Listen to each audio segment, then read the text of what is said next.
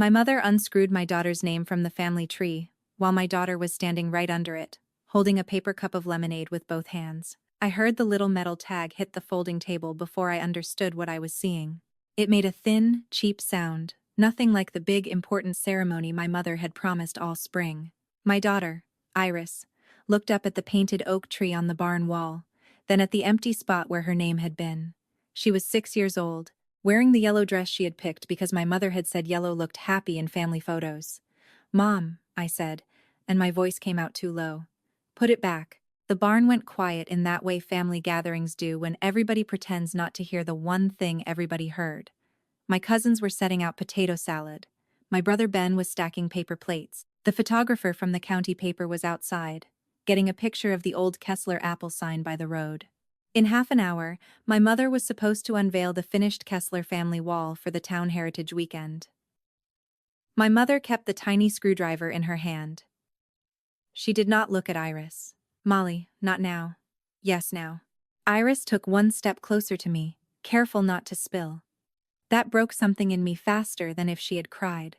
She did not ask why her name was gone. She just waited for the adults to decide whether she belonged.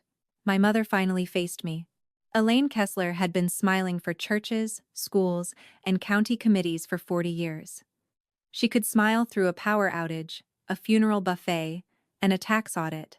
But she was not smiling now. "The wall is for the direct Kessler line," she said. I felt Ben stop moving behind me. I did not turn around. "Iris is my daughter." "She is your adopted daughter," my mother said, soft enough to sound reasonable and sharp enough to cut. "And we all love her, but this wall has rules." I looked at the wall she was protecting like it was a courthouse record instead of painted plywood in a converted apple barn. My grandmother had painted the tree years before I was born, back when the farm still had working rows of winesaps and Jonathans. Every Kessler child got a brass tag shaped like a leaf. Mine was near the middle, under my parents' names. Ben's tag hung beside mine, polished bright because my mother rubbed it before every reunion. Iris's tag had been new. I had watched the hardware store engrave it myself. Iris May Kessler, adopted final March 17. I had let Iris carry it home in her coat pocket. She slept with it under her pillow for 2 nights. Now it sat face down near the lemonade pitcher. I bent and picked it up. The back was warm from the barn. "You told her she could hang it today." "I said we would include her," my mother said. "There's a children's table. We made a place for handprints." A place for handprints. Not a leaf. Not a branch. Not our name. Iris whispered. Did I do it wrong? That was the first time anyone in the barn moved. My Aunt June put down the bowl she was carrying. Ben looked at the floor. My mother pressed her lips together, annoyed that a child had made the scene harder to manage. I knelt in front of Iris. "No, baby, you did nothing wrong." She nodded like she wanted to believe me, but her eyes went back to the empty screw hole. For months she had practiced saying Kessler reunion, without stumbling over the double S. She had drawn apples on notebook paper because this farm was supposed to be hers now, too. She had asked me if being adopted meant the judge glued us together. I had said yes, in every way that mattered. My mother had been in the courtroom that day.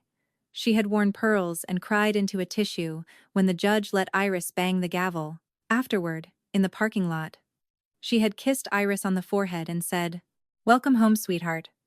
I had been foolish enough to believe she meant home all the way to the roots. "Elaine," Aunt June said, "this can wait." "No," my mother said. "It cannot. The paper is coming. The Historical Society is coming. People ask questions when the chart doesn't match the records." There it was. Not love, not family, not even tradition. Questions. I stood up. Let them ask. My mother gave me the look she used when I was 15 and had dyed my hair purple in a grocery store bathroom. "You always say that because you never stay to answer them." That landed. I had left the farm at 18. I had gone to Columbus for college, then Cleveland for a teaching job, then back only after Iris came into my life and my tiny apartment started feeling like a place where both of us were holding our breath. I had returned to Kessler Creek because I wanted my daughter to have cousins, yard space, and people who knew her name at the bank and the library. I had not come back to fight my mother in front of a barn full of deviled eggs. But Iris was still looking at that blank spot. Ben stepped between us, half-hearted and too late. "Mol, maybe we just move it for today and talk after." I laughed once, not because anything was funny. Move my child after the guests arrive? He flushed. Ben had always hated conflict more than unfairness. That made him useful to my mother, and dangerous to everyone else. My mother placed the screwdriver on the table with careful control. Do not turn this into one of your punishments, she said. I am trying to protect this family from confusion.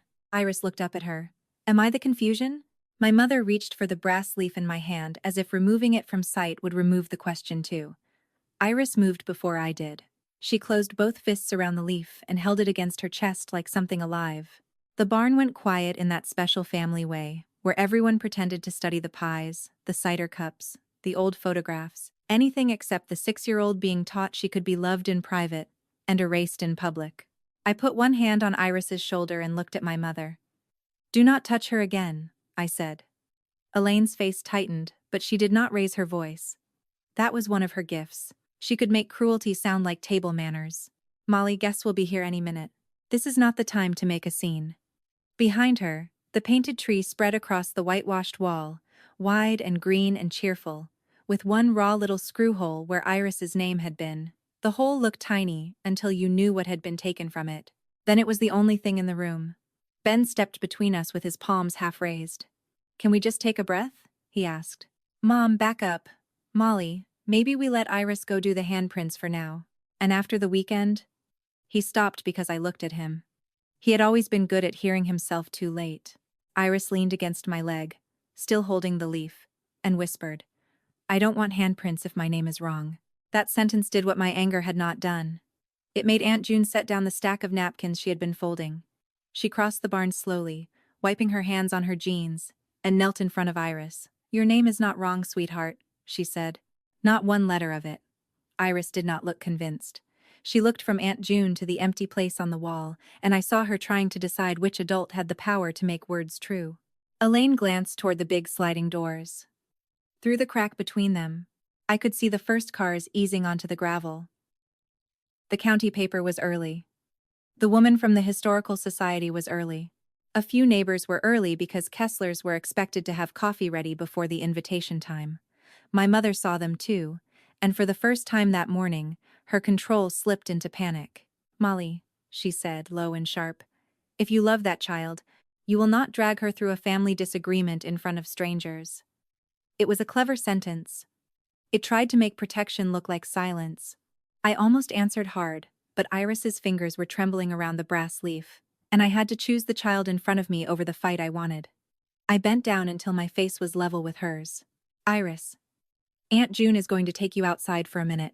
You can see the apple trees by the pump. I'm going to handle this. Iris looked at me with wet eyes. Are you sending me away? No, I said. I am making sure no grown-up uses you as a shield. Aunt June stood. Her mouth pressed into a line I remembered from childhood, the one she used when a storm was coming, and she had already decided which windows to close. She held out her hand, but Iris did not take it until I touched the leaf. You keep it, I told her. It has your name on it. Iris slid it into the front pocket of her yellow dress, slow and careful, like it might break through the fabric if she moved too fast. Then Aunt June led her toward the side door, away from the guests coming in through the front. The moment Iris was out of earshot, Elaine turned on me.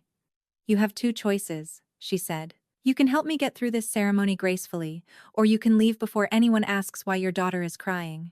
The word daughter came out flat, like she was reading it from a form she disliked. And if I leave?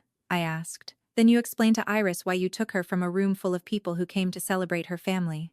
That room just watched you unscrew her name, I said. My voice sounded steadier than I felt. A few cousins shifted near the dessert table. Somebody dropped a plastic fork. Ben rubbed his forehead, and I could see him wishing the floor would open and swallow the women he loved in equal measure. Elaine stepped closer. This wall is going to be photographed. It will sit in the paper. It will be at the Heritage Center next month. Once it is out there, people will ask questions. Let them, I said. She gave a small, humorless laugh. You say that because you do not stay here to answer them.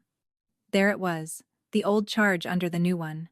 I had left Kessler Creek at 18 with 2 suitcases and no apology. I came back because Iris had started asking why other children had cousins and porches and holiday tables that did not change every year. I had thought roots were something I could give her if I swallowed enough pride. Now my mother was making me understand that roots could also strangle.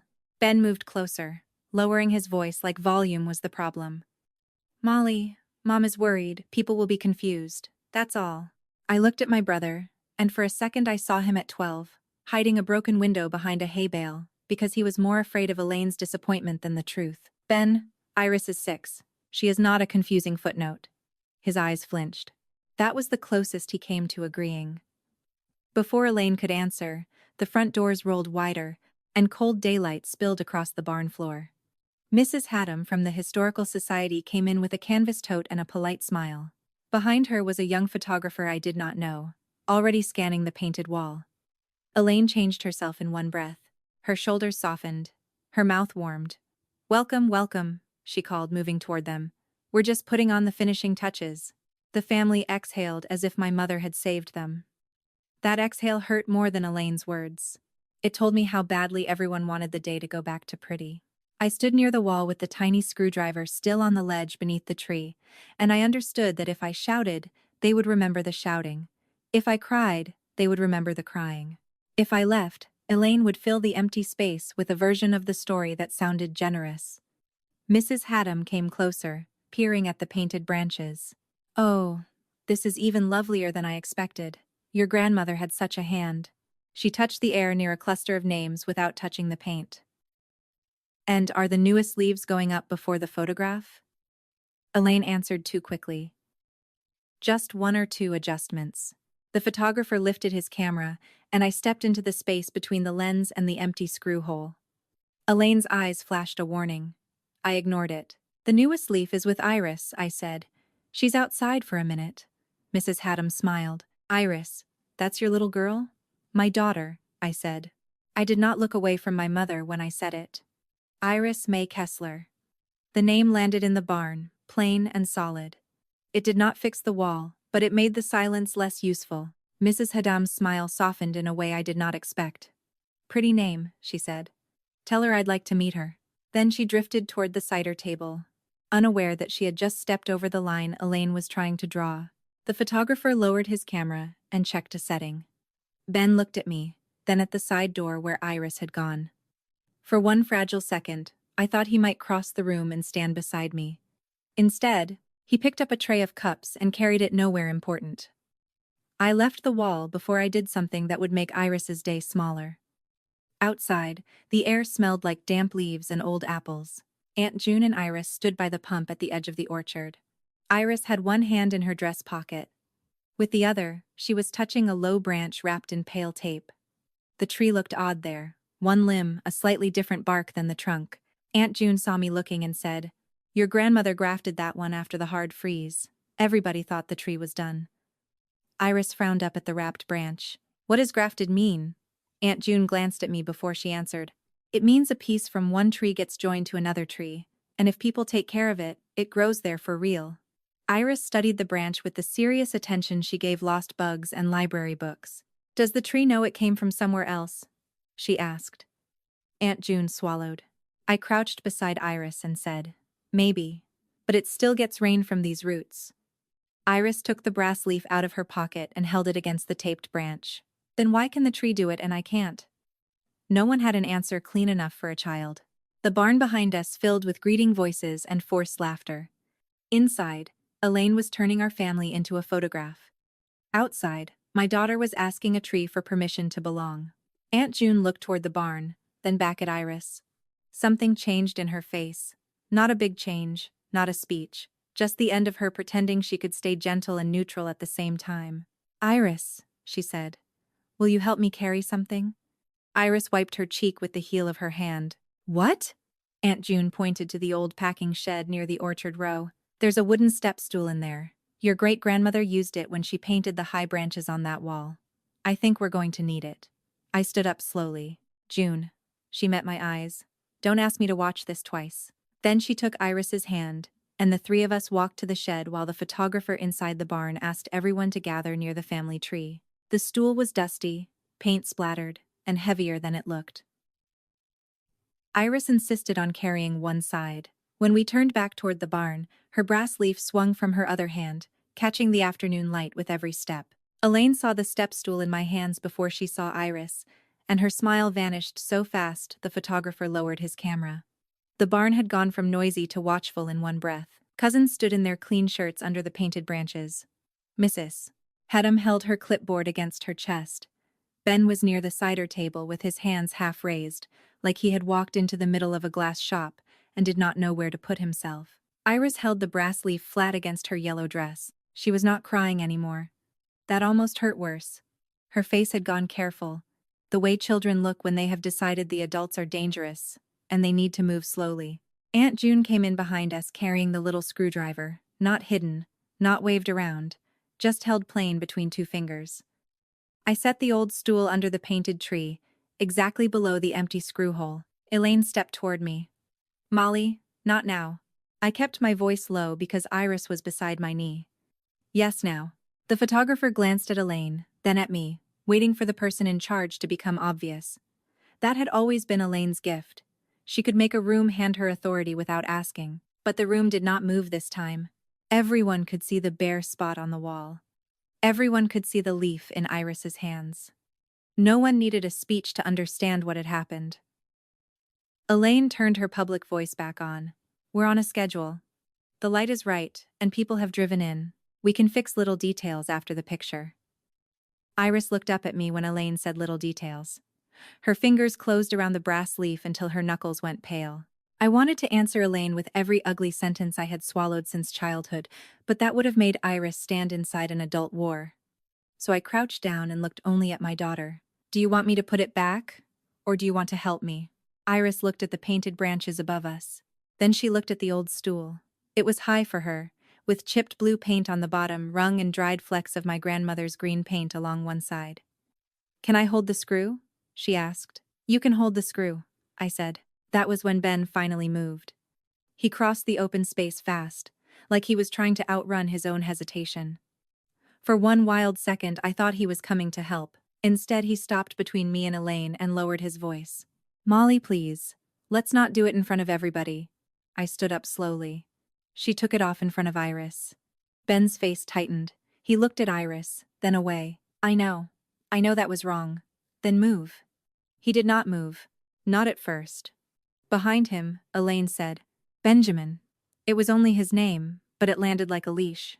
Ben's shoulders reacted before his face did. I had watched that my whole life. One word from Elaine, and Ben became the good son again, the calm one, the one who protected the room from whatever truth might embarrass us. But this time Iris was watching him. She had always adored Ben, because he let her sit on his workbench and sort bolts by size. She knew him as the uncle who made pancakes shaped like moons. Now she was waiting to see whether he was safe. Ben saw that too. His mouth opened, then closed. He reached into his shirt pocket and pulled out 2 tiny brass screws. "The original ones are stripped," he said too loudly. "These'll hold better." Elaine stared at him as if he had spoken another language. Aunt June made one small sound behind me. Not quite a laugh. Not quite a sob. Ben put the screws in my palm and then stepped away from Elaine, not far, but far enough that the space opened. It was not enough to repair years of hiding behind peace, but it changed the room. I helped Iris onto the stool. Her shoes were shiny, and the left buckle was already crooked from the grass. I stood close with one hand hovering near her back. Aunt June handed her the leaf. The barn was so quiet I could hear the metal tap against the wall when Iris lined it up with the empty place. She missed the hole once. Her lips pressed together. I whispered, "Take your time." Elaine said, "This is turning into a scene." Mrs. Haddam answered before I could. "It already was one, Elaine.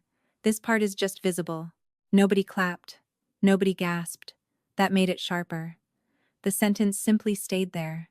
Elaine's face flushed, and for the first time all day, she did not know which version of herself the room wanted. The gracious hostess had no place to stand. The injured mother had no audience. The keeper of family tradition had a 6-year-old on a paint-splattered stool holding a family name in both hands. Iris turned the first screw with the little screwdriver. It slipped, and Ben took one step forward, then stopped himself. "Left hand on the leaf," he said gently. "Right hand turns. Like we did with the birdhouse." Iris did what he said. The screw caught. The leaf pulled tight to the painted branch, and the small sound of metal meeting wood seemed louder than the photographer's flash had been. I put in the second screw because Iris's hand was shaking by then. When it was done, her name sat back where it belonged. Iris May Kessler, with the date underneath. Not a favor. Not a footnote. A fact made visible again. For one breath, I thought that would be the hard part. I thought Elaine might swallow her anger long enough to get through the photograph. Instead, she looked at the wall, then at Iris, and chose a smaller knife. "Fine," she said. "If this is what you need. But the main family photograph is arranged by generations. Iris can stand with the children on the side." The words were clean. That was what made them cruel. She was not trying to remove the leaf anymore. She was trying to move my child out of the center while pretending she had compromised. A few relatives relaxed, grateful for a smaller problem. The photographer lifted his camera again, eager to get back to the job. That was how erasure worked in my family. If the worst version failed, someone offered a tidier version and called it peace. Iris climbed down from the stool and looked at the floor. "Where do I stand?" she asked. "With me," I said. Elaine's eyes snapped to mine. "Molly." "With me," I repeated, still looking at Iris. "In front of our branch." The cousins shifted. Chairs scraped. Someone near the back whispered that we should just take the picture. I understood the temptation. A photo lasts 1 second. A fight lasts years. But a child does not measure harm by adult time. Iris had been told twice in 1 hour that she belonged only if she stood where other people placed her. Aunt June picked up the stool and moved it aside. Then she walked to the painted tree and stood under her own branch with her chin lifted. "I'll stand by them." Elaine let out a sharp breath. "June, don't be dramatic." "I'm being accurate." Ben rubbed both hands over his face. Then he walked to Iris and knelt so he was eye level with her. "You want to stand by your mom or by me?" he asked. Iris studied him, still cautious. "Can Mom stand by you too?" Ben looked up at me. Something in him broke open, not loudly, but enough for me to see the boy he had been before he learned to keep every room smooth. "Yeah," he said. "She can." That did not end the fight. Elaine was still standing near the center of the barn, calculating what could be saved. The photographer had his camera half raised. Mrs. Haddam watched with the calm patience of a woman who knew history was often made by the person who refused to step out of the frame. Around us, the family waited to see whether this picture would be Elaine's arrangement or something she could not control. I took Iris's hand and led her beneath the painted branch where her brass leaf had just been fastened back into place. Ben stood on her other side. Aunt June came beside me. The rest of the family hesitated, caught between habit and the new shape forming in front of them. Then Iris reached up, touched the edge of her leaf once with 2 fingers, and turned toward the camera like she was ready to be seen. Elaine smiled for the camera with Iris standing under our branch, but her hand was clenched so hard around her pearl bracelet that one bead snapped loose and rolled across the barn floor. Nobody moved for it at first. That tiny white bead clicked past my shoe, past Iris's patent leather Mary Jane, and stopped against the leg of my grandmother's old step stool. The sound cut through the room harder than any shout could have, because it told the truth Elaine was trying not to show. She could stand there and pretend the family had arranged itself this way on purpose, but her body had already betrayed her. The photographer lifted his camera, then lowered it again. "All right," he said carefully. "Everybody hold still. Little one, can you look right here?" Iris looked at him, but she did not smile. Her fingers were still resting on the brass leaf we had just screwed back into the painted tree. Ben stood on her other side, not touching her, but close enough that his shoulder blocked Elaine from stepping between us. Aunt June stood behind Iris with one hand on the old step stool, as if she might have to grab it and defend the child with it. Elaine gave a soft laugh meant for the room, not for us. "Iris, sweetheart, we need a pretty picture." The word sweetheart came out too smooth. Iris heard it for what it was. She looked up at me, not at Elaine. That one look nearly undid me. 6 years old, and already learning to check which adult was safe before she answered a simple request. I bent close to Iris's ear and said, "You do not have to make your face match anybody else's comfort." Ben heard me. His jaw tightened, and for a second I thought he might tell me to stop. Instead, he looked at the photographer and said, "Take it when she's ready." It was not a grand speech. It was better than that. It was a man who had spent his whole life moving when Elaine twitched, choosing not to move. The room shifted again. Not loudly. Kesslers rarely did anything loudly unless the noise could be called tradition. A cousin cleared his throat. Someone's toddler whined near the lemonade table. Mrs. Haddam adjusted the folder against her hip and watched Elaine with the calm face of a woman who had seen many families try to polish damage until it shined. The photographer waited, camera hanging from his neck, eyes fixed somewhere above our heads because he had the good sense not to make Iris feel examined. Then Iris did something I did not expect. She reached down, picked up Elaine's loose pearl and held it in her small palm. "Grandma dropped this," she said. Not with accusation. Not with sweetness. Just a fact. The whole barn seemed to breathe in around that little white bead. Elaine had to cross the few feet between us to take it, and for those few steps she had to come toward Iris, as the person who had lost something, not as the person arranging everyone else. Elaine held out her hand. Iris did not drop the pearl into it right away. She looked at Elaine and asked, "Are you going to take my name off again?" There it was. Not my anger, not Aunt June's fury, not Mrs. Haddam's careful public sentence. Iris's own question, small and direct, with no place for Elaine to hide inside manners. Elaine's face went pale in patches. "This is not the time," she said. "We are taking a family picture." Ben moved before I did. He stepped half an inch closer to Iris. That was all, but Elaine saw it. So did I. My brother was not standing between me and trouble anymore. He was standing between a child and the next wound. Iris kept holding the pearl. "You said my leaf was confusing," she said. "Am I confusing?" A sound came from Aunt June behind us, almost like pain. I put my hand on Iris's back, flat and steady. I wanted to answer for her, but I stopped myself. Elaine needed to hear the child she had tried to turn into a problem. For 1 second, I thought Elaine might actually break open. Her eyes flicked to the restored leaf, then to Iris's face, then to the relatives watching from every side. But she chose the room again. She chose the clean surface. "No," she said, with a smile so tight it looked painful. "You are not confusing." Iris waited. Elaine's fingers curled in the air for the pearl. "And no," Elaine added, each word pulled through her teeth. "I will not take it off again." Iris dropped the pearl into Elaine's palm. The bead made no sound at all when it landed, but I felt it like a gavel. The photographer raised his camera fast, as if he understood that this was the only moment he was going to get. "Everyone looking here," he said. 1, 2. Iris did not smile big. She did not perform forgiveness for anyone. She stood under her branch with her hand against her restored name and looked straight into the lens. The flash went off. For a second, the whole barn disappeared into white. After the photo, the room tried to become normal so quickly it almost made me dizzy. Relatives laughed too hard. Someone said the children could finally have cookies.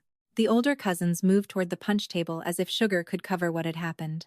Elaine turned away before anyone could speak to her, fastening her broken bracelet into her fist and walking toward the side door with her head high. She had given the room the minimum words required to survive the picture, and now she wanted distance before anybody asked for more. Iris tugged my sleeve. "Can I get off the stool?" Her voice sounded tired in a way children should not sound after a party.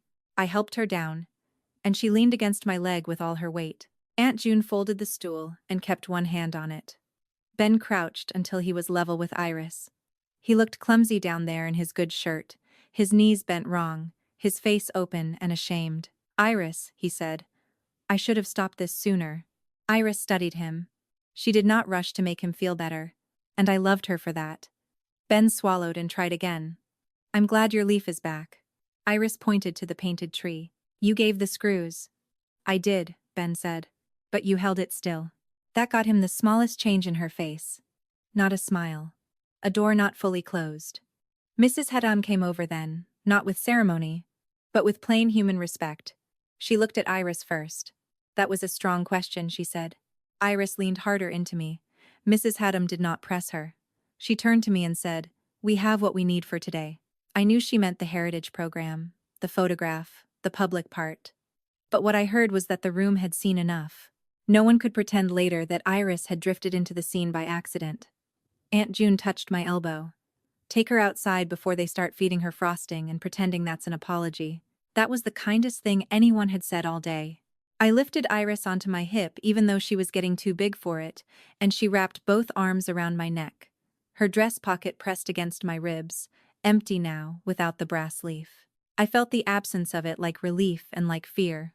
The leaf was back where it belonged, but Iris was still carrying the bruise of why it had ever left. We made it as far as the barn doors, before Elaine appeared beside the milk cans, away from the thicker crowd. She had fixed her bracelet somehow, or maybe she was only holding it closed with her thumb. Her face had settled into that private expression I knew from childhood, the one that meant the public performance was over, and the bill was due. "Molly," she said. A word. I shifted Iris higher on my hip. Not with her standing here.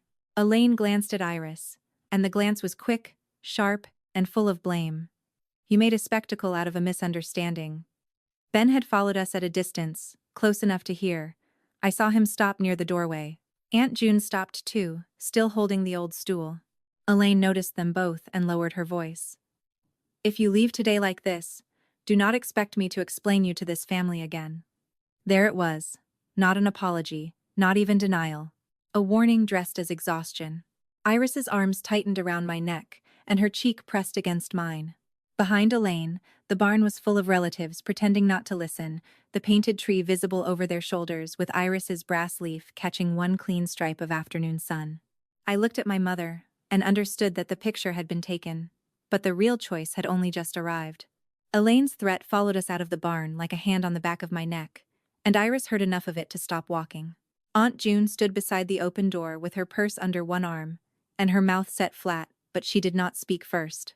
Ben was a few steps behind us, close enough to hear, not close enough to hide. I looked at my mother and said, "Explain what, Mom?" My voice was not loud. That made it worse for her. People near the lemonade table turned. Not because I was making noise, but because Elaine had gone pale in the way she did when someone asked her to say the ugly part plainly. Iris pressed against my leg. Elaine glanced down at her, then away. "You know what I mean." "No," I said.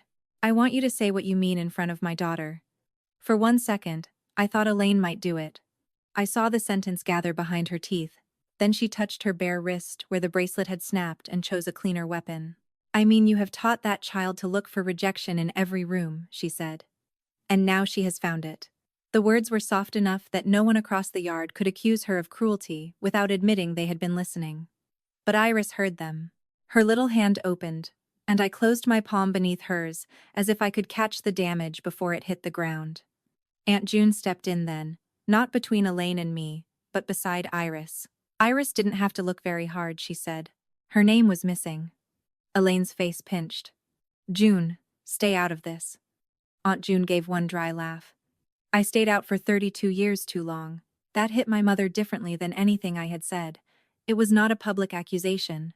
It was a bill coming due from someone Elaine could not dismiss as young, dramatic, or ungrateful. Ben moved closer. I heard gravel shift under his shoes before I looked at him. His face had that strained, boyish look he got whenever Mom turned a family moment into a loyalty test. But this time he did not look at her for instructions. He crouched a little, not too close to Iris, and held out one hand. "Do you want me to get you away from this door?" he asked Iris. "Or, do you want to say something first?" Iris stared at him. Then she looked past Elaine toward the barn, where the family was already trying to swallow the incident with cake and coffee. "I want to go home," she whispered. That was the first useful thing anybody had asked my daughter since the leaf went back on the tree. Not comfort. Not sugar. Not pretending. A choice. I knelt in front of her, right there on the gravel. "We can go," I said. "You do not have to smile for anyone else today."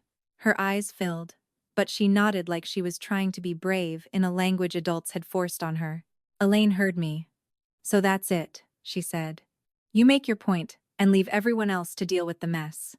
I stood up slowly. "The mess is not that Iris cried," I said. "The mess is that she had a reason." Ben's jaw moved like he was chewing the inside of his cheek. Aunt June looked at him, and I saw the challenge pass without a word. It was one thing for Ben to hand me screws when the whole room could see the empty space. It was another thing to keep standing there after the leaf was back, and the easy heroic moment had passed. He took a breath. "Mom, don't talk about Iris like she's the problem." Elaine turned on him so fast that Iris flinched. "Benjamin. Just his name. Same old leash." Ben's shoulders rose, and for a second I lost him. Then he looked down at Iris, not at me, and said, No. I'm serious. The words came out rough. She asked you a question in there. You answered the smallest part of it. That's not enough. Elaine's eyes shone, but not with tears she would ever let fall. You have no idea what I think that. It had made every person in the room, but outside the barn, with Iris's name newly screwed into place and Elaine's pearl broken in her hand, it sounded thinner than it ever had. Ben heard it too. I saw him hear it. He looked exhausted, not defiant. Maybe you held the wrong things together, he said. Elaine's mouth opened, then closed. Aunt June's eyebrows lifted. Just a fraction. I held still because I knew how fragile a first honest sentence could be. If I rushed to praise it, Ben might retreat. If I used it as a weapon, Elaine would make him pay for it later. So I picked up Iris's small backpack from the bench by the door and slipped it over my shoulder. We're leaving, I said. Not because you told me to, because Iris asked. That should have been the end of the moment. It wasn't. As I turned toward the parking area, my cousin Laura came out carrying a plastic knife with frosting on the handle. Laura had missed the tree scene, or had chosen to miss it, which in our family often looked the same. Molly, she said, too bright. Your mom wants to do the 4-generation cake picture before people scatter. Can you just come back in for 2 minutes? Her eyes slid to Iris and away again. It would mean a lot to Grandma's memory. I almost laughed, but it would have scared Iris. There it was. Not Mom's anger now, not the leaf. A new hook in softer fabric. Grandma's memory. The dead used as a velvet rope. I looked at Laura's frosting-smeared knife and thought about all the times women in our family had been asked to cut cake over something bleeding. No, I said. Laura blinked. She had expected negotiation. It's just a picture, Aunt June said. Funny how it is never just a picture until someone refuses one. Laura flushed. I'm not getting in the middle. You are in the middle, Ben said. His voice was quiet, but Laura heard the change in him and looked startled. You walked out here carrying the request. Laura stared at him like he had spoken out of turn in a language he did not usually use. Then she looked back at me. People are asking what happened, Elaine said. And now you see what I meant by explaining. Her voice had softened again. She sounded almost sad. That was her most dangerous version. I bent to Iris. Do you want to say goodbye to anyone? Iris thought about it with painful seriousness. Aunt June, she said. Aunt June's face changed. Not much, but enough that I saw the hurt and honor land together. I'm walking you to the car, she said. So you can say goodbye there. Then Iris looked at Ben. He went very still.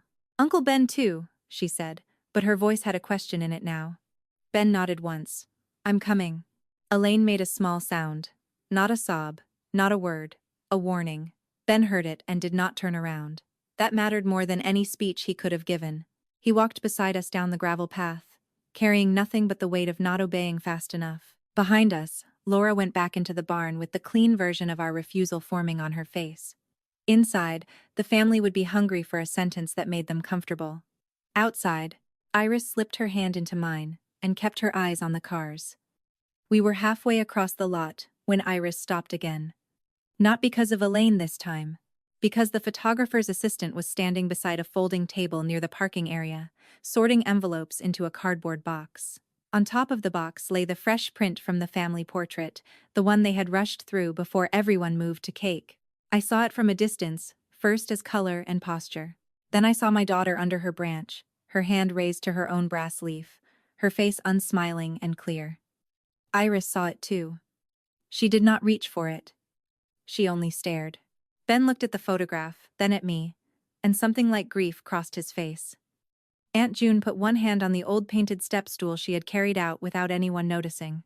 Molly, she said quietly, before you drive away, there's one thing your daughter should not have to leave behind in that barn. Aunt June reached for the fresh portrait, and Elaine's voice cut across the gravel before June's fingers touched the corner.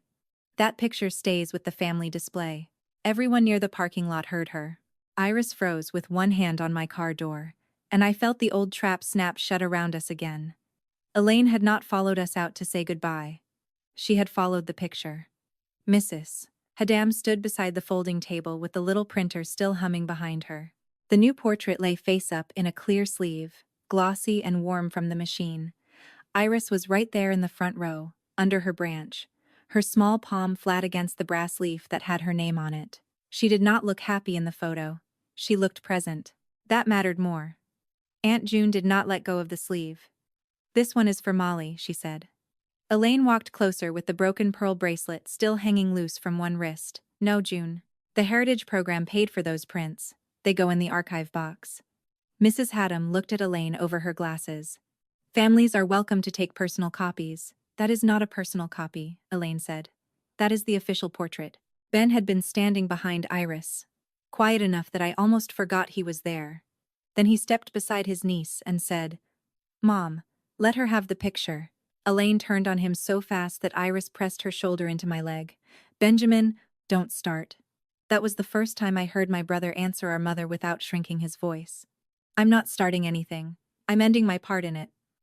The gravel went silent in a way the barn never had. Inside, people could hide behind cake plates and napkins and pretend they had not seen. Out here, there was nowhere for Elaine to perform except directly in front of the child she had hurt. Elaine gave a small laugh, the kind she used when she wanted witnesses to think someone else was being dramatic. "You are all making a keepsake into a courtroom exhibit." "No," Aunt June said. "You made a child's name into something removable." Iris looked up at June then. Not at Elaine, not at me. At June, she asked, "Can I take the picture home?" June bent a little, careful with the old step stool tucked under her arm. "Yes, sweetheart, you can take a copy home." Elaine's face tightened at the word copy, as if even that was too much. She already has her name back on the tree. What more does she need? I wanted to answer for Iris. I wanted to say, safety. I wanted to say, adults who did not act like repair was theft. But Iris lifted her chin, and I stopped myself. "I need to remember I was there," Iris said. No one rescued Elaine from that sentence. "Mrs. Haddam slid another sleeve from the table and tucked the portrait inside it. She handed it to Iris with both hands. "Not to me, not to June." "Then this one is yours." Iris accepted it like it was breakable in a way paper was not. She held the photo against her chest, careful not to bend it. Elaine looked at Mrs. Haddam as if a line had been crossed, but Mrs. Haddam had already turned back to the printer. Laura appeared at the barn door with frosting on one thumb and a paper plate in her hand. "Elaine, they're asking whether to cut the lemon cake without you." That was the opening Elaine needed. She looked back toward the barn, toward the people waiting for her mood to tell them how to behave. Then she looked at Iris with the picture. "Fine. Take it. But Molly, don't expect me to chase you down later when she decides this whole day was frightening." I opened the back door and helped Iris climb in. "She doesn't have to decide that later. She knows what today was." Elaine lowered her voice, but not enough. "You're teaching her to keep score." I buckled Iris in slowly, because my hands wanted to shake, and I would not give Elaine that. "I'm teaching her that when someone takes her place away, she can say no." Ben moved to the other side of the car. He did not touch Elaine. He did not argue with her. He just opened the door behind the driver's seat and set Iris's small cardigan on the floor where she could reach it. It was such a simple thing, but it changed the air. He was no longer standing between sides. He was helping us leave. Elaine saw it too. "Benjamin," she said again, but this time his name came out thinner. Ben shut the car door gently. "I'll call you tomorrow, Mom." "You will come inside now," Elaine said. "No," he said. "I'm going to walk them to the road." Aunt June gave a short sound, not quite a laugh. She still had the step stool under one arm. "Good. I've been waiting 20 years for one of us to learn how feet work." Iris almost smiled at that. Almost. She rested the portrait on her lap and kept one palm over her printed face, not hiding it, just holding it down like wind might steal it. "I thought we were done. I thought the worst Elaine could do now was watch us drive away and build a story inside the barn that made herself bearable again." Then Aunt June tapped my arm and nodded toward the stool.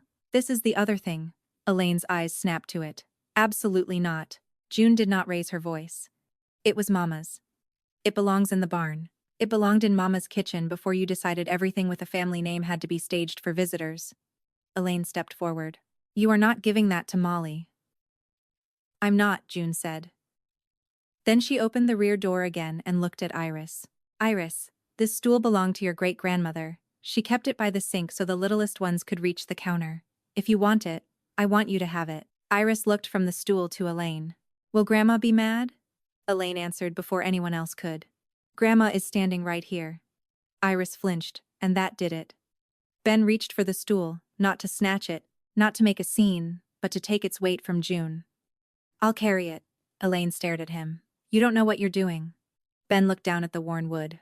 There were pale half-moons, where decades of small shoes had rubbed the paint thin. I think I do. It would have been easy for Elaine to scream then. It might even have been easier to forgive later if she had. Instead, she went very calm. If that stool leaves with Molly, do not ask me to pretend this family has not been divided. Aunt June looked tired suddenly, older than she had looked in the barn. Elaine, it was divided when you made a 6-year-old ask whether she counted. Iris whispered. Mommy. I turned back to her at once. Her fingers had curled around the photo sleeve until the plastic bowed. She was looking past me, toward the barn doors, where several relatives had gathered with cake plates in their hands. No one came closer. No one spoke. They were watching Elaine decide what kind of family story they were allowed to tell. I want to go, Iris said. That sentence cleared everything. Not the stool, not the photo, not Elaine's threat. My daughter wanted out. We're going, I said. Ben slid the stool into my trunk, careful not to let its legs scrape the car. Aunt June placed one hand on the trunk lid before he closed it, like she was blessing something too ordinary to bless out loud. Then she leaned into the back seat and kissed the top of Iris's head. You don't owe anybody a smile today. Iris nodded, but her eyes were on Ben. Are you coming too? Ben's face changed. It was small, but I saw it. He had thought walking us to the road was bravery enough for one day. Iris had just asked for more than a gesture. Elaine heard it and took one step closer. Benjamin has responsibilities here. Ben looked at Iris through the open car door. I can't ride with you right now, Bug. But I can come by tonight if your mom says it's okay. Iris turned to me. She did not beg, she waited. If he comes alone, I said, and if you still want him to. I will, Ben said. Elaine laughed once, sharp and empty. So now I need permission to see my own granddaughter. But Benjamin gets invited for supper? I closed Iris's door before I answered, because Iris had heard enough. Today, yes. Elaine's mouth opened, but Aunt June moved between us with surprising speed. Let them drive. For one second I thought Elaine might push past her. Then Mrs. Haddam called from the table, calm as a church bell. Elaine, they're ready for you inside. Elaine looked back at the barn. The audience was waiting. Her face rearranged itself around that fact. I got into the driver's seat. Ben stood by my window as I started the car. He leaned down and spoke low enough that Iris could not hear. Don't answer Mom tonight if she calls. I'll come after dinner. I need to tell you something before she does. My hand tightened on the wheel. About Iris? Ben swallowed. About why Mom picked that branch. Behind him, Elaine stood in the barn doorway with the cake knife in her hand, smiling at the room like nothing had happened. I put the car in reverse, and the old step stool knocked once inside my trunk, as if something living had shifted in the dark. By the time I got Iris buckled into bed, my phone had lit up 11 times with my mother's name, and every buzz felt like Elaine reaching through the dark hallway for my child. I turned the phone face down on the kitchen table. Iris had refused pajamas with buttons because she said her fingers were tired, so I helped her into an old t-shirt of mine and let her keep the portrait beside her pillow. The little painted stool sat near her dresser, still dusty from the barn, and she checked twice to make sure it was coming inside for good. She fell asleep holding the edge of the picture, not hugging it, just pinching one corner like she was afraid someone would come take it. I stood in the doorway longer than I needed to. In the photo, Iris's hand rested on the little brass leaf with her name on it. Her face was serious. Not sad. Serious. Like a child who had learned that adults could move her place in the world, and then expect her to be grateful when they moved it back. That was the part I could not forgive quickly, no matter how many times my phone buzzed on the table. Ben knocked a little after 8, not the doorbell. 2 soft taps, then one pause, like he was trying not to wake the house. When I opened the door, he stood on my porch with his hands empty. No casserole, no bag, no peace offering from the event. Just Ben in his wrinkled shirt, looking like he had driven all the way over while arguing with himself. He glanced past me toward the hallway and whispered, "Is she asleep?" I nodded. He swallowed. Good. I don't want her to hear this from me. I let him in, but I did not offer coffee. I did not know yet if he was my brother in that room, or my mother's messenger with a softer voice. He seemed to know it, because he stopped at the edge of my kitchen, and did not sit until I pointed to a chair. My phone buzzed again between us. Elaine's name glowed up from the table. Ben looked at it, then at me. "Don't answer," he said. "She's going to tell you I'm confused. She's going to tell you I misunderstood something old." His voice cracked on old. "I didn't." I sat across from him. "Then say it." Ben rubbed both hands over his face and stared at the old stool near the mudroom, where I had left it because I did not yet know where it belonged. "The branch Mom picked for Iris wasn't random," he said. "It wasn't a spacing issue. It wasn't because the display was crowded." He took one breath and made himself look at me. "That branch was where Grandma used to put the children nobody was supposed to talk about." For a second, I did not understand him. The sentence was plain, but my mind would not take it in. "What children?" I asked. Ben looked smaller than he had in the gravel lot. "There was an older cousin, before Grandma married Grandpa. A baby girl. She was born, and then she was gone. Adoption, maybe. No one would say the word. Grandma had this little penciled branch in her old notebook, not on the public tree. No name. Just a mark." He tapped the table once, gently. "When Mom was young, Grandma called it the mercy branch. Like erasing someone was kindness." I felt cold move through me, but it was not shock exactly. It was recognition without memory. It was the sound under every nice family story I had ever been handed. "And Mom knew that?" I asked. "She did more than know it," Ben said. "When you told her you were adopting Iris, Mom said the family tree would be hard if there wasn't a proper line to attach her to. I told her that was ridiculous because Iris would be your daughter. She said, 'Some branches are for children who arrive without a place.'" He closed his eyes. "I should have told you then. I should have fought her then." My first feeling was not anger at Ben. That came later, clean and sharp. First came the image of Iris at the barn, staring at the empty place where her name should have been, while Elaine spoke in that calm voice about tradition. Elaine had not made a mistake. She had given my 6-year-old the old family punishment and wrapped it in polished wood. "She put Iris with the erased children," I said. Ben nodded once, and that one nod did more damage than shouting could have done. "Not because Iris wasn't family," he said. "Because Mom thinks family gets to decide who is family in public." The phone buzzed again. This time I picked it up, not to answer, but to turn it completely off. The screen went black in my hand. Ben watched me do it. "What do you want from me?" I asked him. He flinched because he had come expecting to confess, not to be measured. "Nothing," he said. "I want you to know before she makes it sound sentimental. She'll say she was honoring old pain. She wasn't. She was using it." He looked toward the hallway again. "And I want to see Iris if you'll let me. Not tonight. Not until she wants to. But I don't want Mom standing between me and my niece anymore." A car door shut outside before I could answer. Ben froze. I knew the sound before the porch light caught the shape through the curtain. Elaine had come without calling because calling had stopped working. She stepped onto my porch, still wearing her event clothes, the pale jacket, the careful shoes, the face she used when she wanted witnesses to think she was the injured one.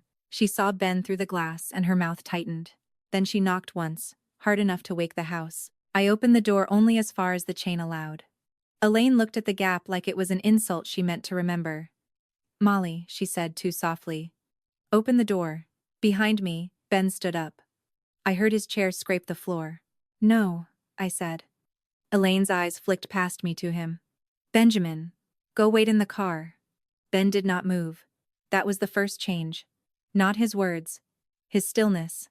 Elaine had given him a command in the voice that had worked his whole life, and he let it fall on my kitchen floor. Elaine leaned closer to the gap. "I am not doing this through a door." "That's the only way you're doing it tonight," I said. Her face shifted. For 1 second, the wounded grandmother disappeared, and the woman from the barn looked back at me. "You are teaching that child to be afraid of her own family," she said.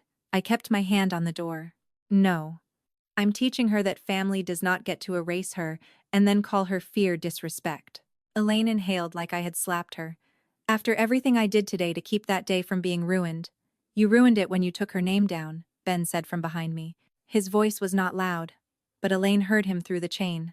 "And you picked that branch on purpose." Elaine went still. Not angry, not wounded.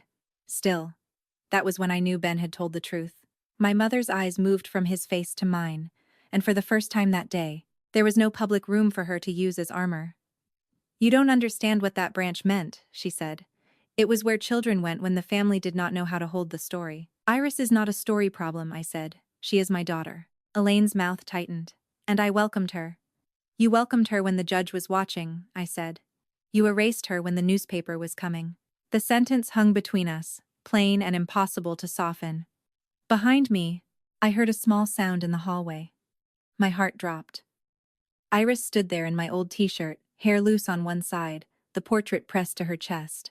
Her eyes were heavy with sleep, but she was awake enough to know who was at the door. "Is Grandma taking the picture?" she asked.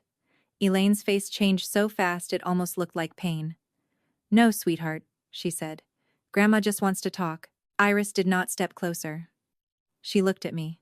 "Is she taking the stool?" I turned from the door, and in that second, Elaine lost the room she had come to control. There was no barn, no cousins, no cake knife, no family tree, no historical society. There was only a child in a hallway, asking whether the adults would let her keep proof that she belonged. "No," I said. "Nobody is taking anything from you tonight." Iris nodded once. Not relieved, not safe yet, just able to breathe. Ben stepped carefully into the hallway and crouched where she could see him but not feel crowded. "Bug," he said. "I'm sorry I didn't stand up faster today." Iris held the portrait tighter. "But you came." Ben's eyes filled before he could stop them. "I did." "Are you staying?" she asked. He looked at me first. That mattered. He did not assume access just because he was family. "Only if your mom says it's okay. And only if you want me here." Iris thought about it. "You can sit in the kitchen," she said. "But not by the door." Ben nodded like she had given him a sacred instruction. "Kitchen it is." Elaine heard all of it. I turned back to her.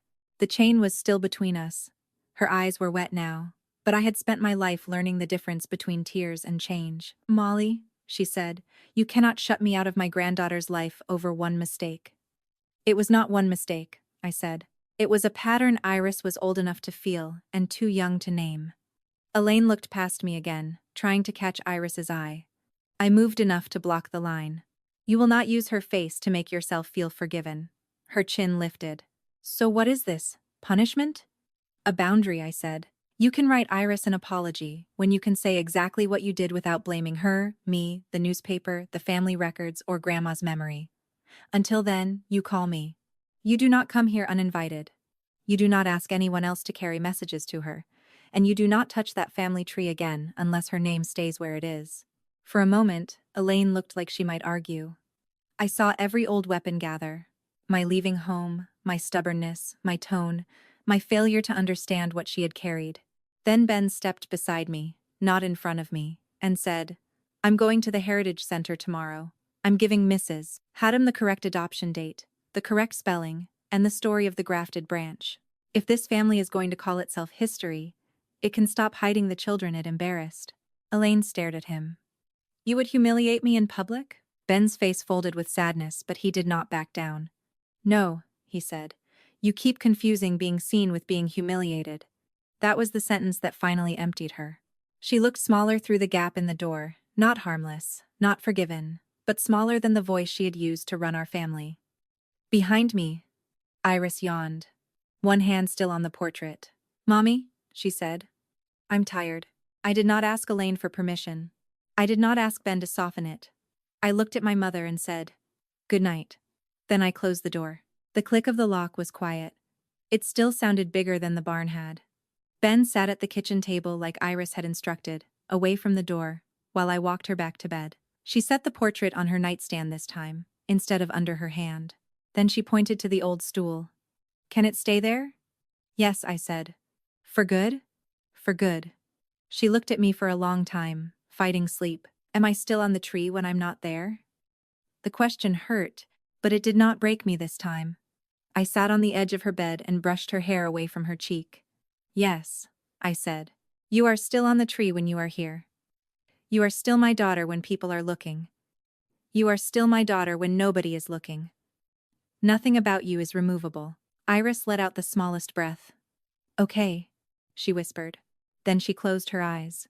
The next morning, Aunt June sent me a photo before breakfast. No message, just the family tree in the barn. Iris's brass leaf was still there, catching the pale morning light.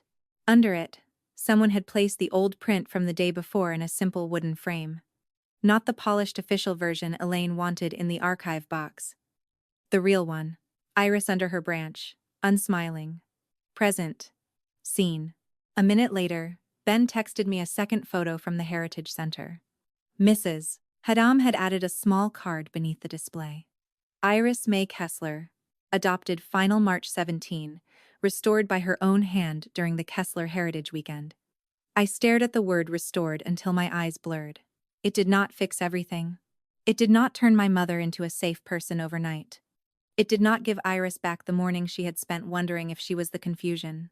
But it gave the truth a place to stand outside my kitchen, outside my memory, outside Elaine's control. When Iris woke up, she padded into the kitchen in bare feet and climbed onto her great-grandmother's stool to reach the cereal bowls. She did not ask if she was allowed. She just stepped up, opened the cabinet, and chose the blue bowl with apples painted around the rim. I stood behind her with one hand ready, not holding her down, just close enough if she needed me. She looked over her shoulder and said, "This stool is mine now?" "Yes," I said. "It is." She nodded, satisfied, then turned back to the cabinet, like a child who had decided the room belonged to her too. And for the first time since my mother unscrewed that little brass leaf from the wall, I believed Iris felt it all the way to the roots.